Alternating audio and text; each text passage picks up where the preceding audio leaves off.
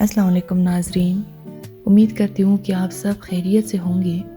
آج ہم جس کورس کا سلسلہ شروع کرنے والے ہیں وہ ہے اردو لازمی 11ویں جماعت کے لیے۔ تو اس کورس کے پہلے مصنف جو ہے وہ ہے سر سید احمد خان، اور اس کی مضمون اپنی مدد آپ۔ تو سب سے پہلے سر سید احمد خان کی حالات زندگی کی طرف آتے ہیں۔ سر سید 17 اکتوبر 1817 کو دلی میں ایک معزز اور مذہبی گھرانے میں پیدا ہوئے۔ ان کے والد میر محمد متقی مغل دربار سے وابستہ تھے۔ گھر کا ماحول علمی اور دینی تھا، جس نے سر سید کی شخصیت پر گہرا اثر ڈالا۔ اس کے بعد سر سید کی تعلیم و تربیت ہے۔ سر سید نے ابتدائی تعلیم گھر پر حاصل کی۔ انہوں نے پارسی، عربی، ریاضی، منطق، دینی علوم میں مہارت حاصل کی۔ اس کے بعد انہوں نے خود ہی انگریزی زبان اور جدید علوم کا مطالعہ شروع کیا، جو اس دور میں مسلمانوں کے لیے یہ طریقہ نیا اور مشکل تھا۔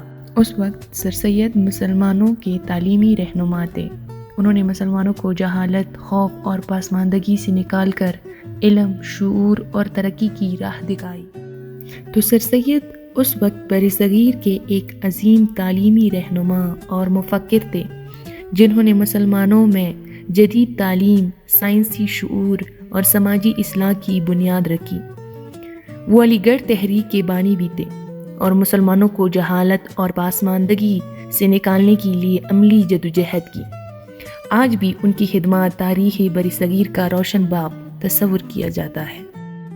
اس کے بعد ہے سر سید احمد خان کی ادبی خدمات۔ سر سید نے عملی زندگی کا آغاز ایسٹ انڈیا کمپنی کی ملازمت سے کیا اور مختلف عدالتی عہدوں پر فائز رہے۔ 1857 کی جنگ آزادی کے بعد انہوں نے مسلمانوں کی زب و حالی کو محسوس کیا اور ان کی تعلیمی و سماجی اصلاح کے لیے خود کو وقف کر دیا۔ انہوں نے مسلمانوں کو جدید سائنسی اور انگریزی تعلیم حاصل کرنے کی ترغیب دی اور اسی مقصد کے لیے علی گڑھ تحریک کی بنیاد 1857 میں محمدن اینگلو قائم کیا، جو بعد میں علی گڑھ مسلم یونیورسٹی بنا۔